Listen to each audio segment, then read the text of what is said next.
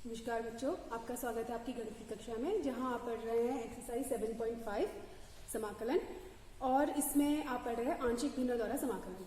और इसी क्रम में हम क्वेश्चन नंबर 10 में पहुंचे हुए हैं, जो कि इस प्रकार है 2x - 3 x² - 1 2x + 3। बच्चों, इस क्वेश्चन को देखकर आपके दिमाग में क्या आया? ये किस प्रकार का क्वेश्चन है? आपने शुरू में आपने पढ़ा कि किस 5 तरीके के रूल पढ़े कि आप किस प्रकार के क्वेश्चन को किस प्रकार हल करेंगे, किस प्रकार उनको तोड़ के उन्हें हल किया जा सकता है, इजी बनाया जा सकता है। इस क्वेश्चन को देखकर आपके दिमाग में ये आ रहा है कि ये एक क्वाड्रेटिक इक्वेशन है, इसको ax + b, ये जैसे a अपॉन इतना प्लस bx + c अपॉन इतना लिखा जा सकता है? नहीं लिखा जा सकता। क्यों? क्योंकि इसके पूरे फैक्टर हो रहे हैं। अगर फैक्टर नहीं हो रहे होते तो हम इसे उस विधि से करते, पर यहाँ पर तो इसके फैक्टर हो रहे हैं, तो हम इसे देखिए किस प्रकार करेंगे। 2x - 3 अपॉन, आपको पता है a² - b² 2x + 3। अब हम इसे क्या लिख सकते हैं? अब ये पहली प्रकार की जो आपने रूल पढ़ा था उसी प्रकार का प्रश्न बन चुका है।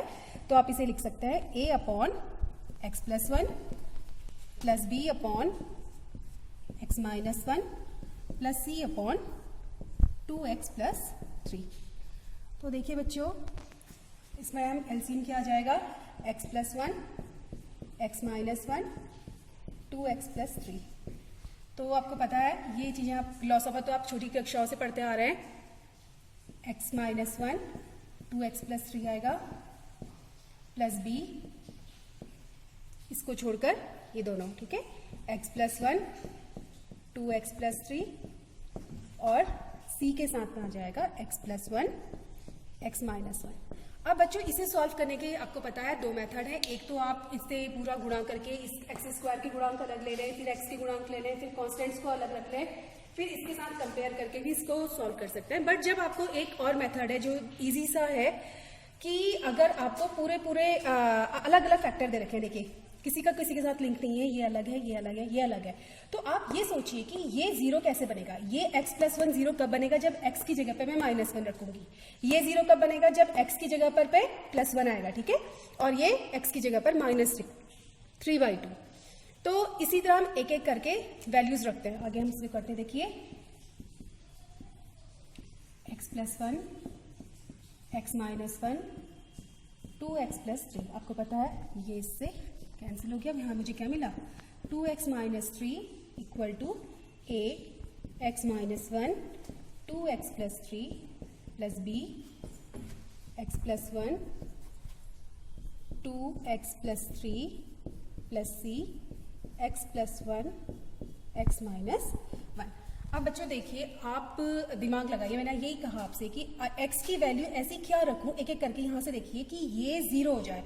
आपको पता है -1 रखेंगे हम, ऐसा सब में करेंगे, ठीक है, x बराबर -1 रखने पर, और सभी पक्षों में रखिए 2 - 1 -2 -3 इक्वल -1 रखेंगे, ये 0 हो जाएगा, ये पूरा टर्म 0 हो गया, और -1 + 1 ये टर्म भी 0, x = -1 था ना, तो यहाँ देखिए अब a -1 रखा, -1 -2 और ये जाएगा 2 - 1 + 3, ये टर्म 0 हो जाएगी। क्यों? देखिए x की जगह आप -1 रख रहे हैं, -1 + 1 ये टर्म 0, x की जगह -1 + 1 ये टर्म 0।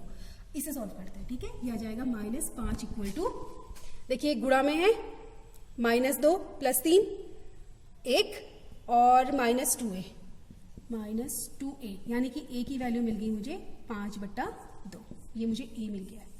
अब इसी प्रकार यहीं पे सॉल्व कर देती हूँ, यहीं पे सॉल्व कर देते हैं, और यहाँ पे अब सेकंड को लेके चलते हैं। यहाँ पर x की क्या वैल्यू रखूँ कि मुझे ये स्टेप 0 मिल जाए? 1 रखेंगे। क्यों? 1 - 1, ठीक है, x बराबर 1 रखने पर देखिए ये क्या जाएगा? 2 - 3 कितना आएगा? -1 इक्वल टू x = 1 रखा, 1 - 1 0, और यहाँ पर भी ये पद है 1 - 1 0, यहाँ से मुझे b की वैल्यू मिल रही है, तो ये हो जाएगा 1 + 1 2, डायरेक्ट रख लेते हैं, इंटू 2 + 3 यानी कि 5। तो ये हो जाएगा b की वैल्यू कितनी मिल रही है? 5 दूनी 10, ये 2 है बच्चों, ठीक है, तो 5 दूनी 10, तो b की वैल्यू आ जाएगी -1/10। इसी प्रकार c की क्या वैल्यू रखी जाए, देखो 2x प्लस 3 इक्वल टू 0, तो x की वैल्यू आ जाएगी -3/2।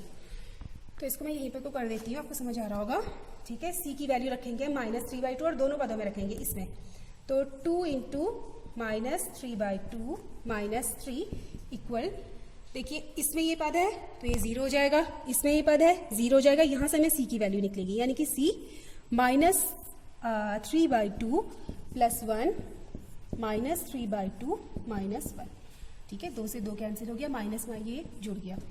अच्छा देखिए c ये आ जाएगा -1/2 इंटू -5/2, तो ये आ रहा है बच्चों 5/4, यानी कि c की वैल्यू क्या निकल जाएगी -24/5, ये मेरा c निकल चुका है, ठीक है। अब ये निकालने के बाद बच्चों आपको पता है कि हम इस वैल्यू को यहाँ रखेंगे, यानी कि मुझे क्या मिला, a b c तीनों मिल चुके हैं ना, तो क्या आ जाएगा देखिए लास्ट में 2x माइनस, बता दो, देखिए बच्चों हमने a b ये सब बीच का रख करके a b c की वैल्यू अलग से लिख ली है, ठीक है। a b c लिखने के बाद हम इन वैल्यूज को यहाँ पुट करते हैं, तो यानी कि मुझे क्या मिला, मैं इसको दोबारा से यहाँ से लेके चल रही हूँ, क्या मिला मुझे 2x minus 3 upon x plus 1 x minus 1 2x plus 3 equal, a की वैल्यू मिली थी 5/2, नीचे x प्लस 1 प्लस b है माइनस में, तो ये प्लस क्या हो जाएगा माइनस, यानी कि 1/10 x माइनस 1, और c की वैल्यू है -24/5 -24/5, ठीक है, सॉरी, ठीक है, और ये आ जाएगा 2x प्लस 3। तो बच्चों अब हम दोनों पक्षों में समाकलन लेते हैं, ठीक है। समाकलन लेने पे क्या हमें, क्योंकि समाकलन करना है, तो 2x minus 3 x plus 1 x minus 1 2x plus 3 into D x, ये आ जाएगा बच्चों, इसमें 5/2 कॉन्स्टेंट है, बाहर ले लेते हैं, 1/x प्लस 1, ठीक है, इंटू डी एक्स, माइनस 1/10 हमने बाहर ले लिया, 1/x minus 1 into D x, minus 24/5 हमने वहाँ ले लिया, 1/2x plus 3 into D x.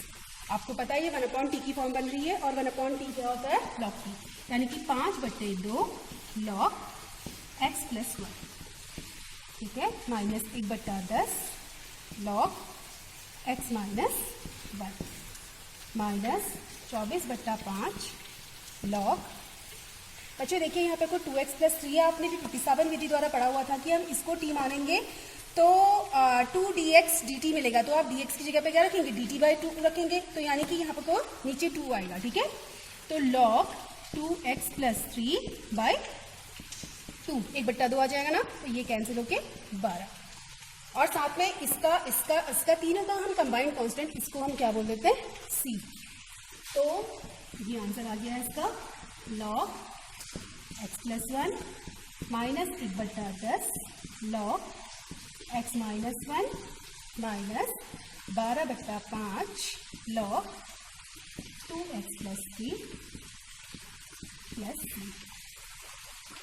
तो बच्चों उम्मीद करती हूँ कि क्वेश्चन आपको समझ आया होगा, ये आसान सा क्वेश्चन है, बस इसमें आपने ये ध्यान रखना है कि कंफ्यूज कहीं, हाँ एक चीज़ और, आप लोगों को कहीं पे कोई ये लग सकता है कि बुक में कहीं पे हो सकता है, जैसे मैंने x प्लस 1 पहले लिख लिया, x माइनस 1 बाद में लिख लिया, हो सकता है उन्होंने x माइनस 1 पहला फैक्टर माना हो a के नीचे और b के नीचे, इससे कोई फर्क नहीं पड़ता है।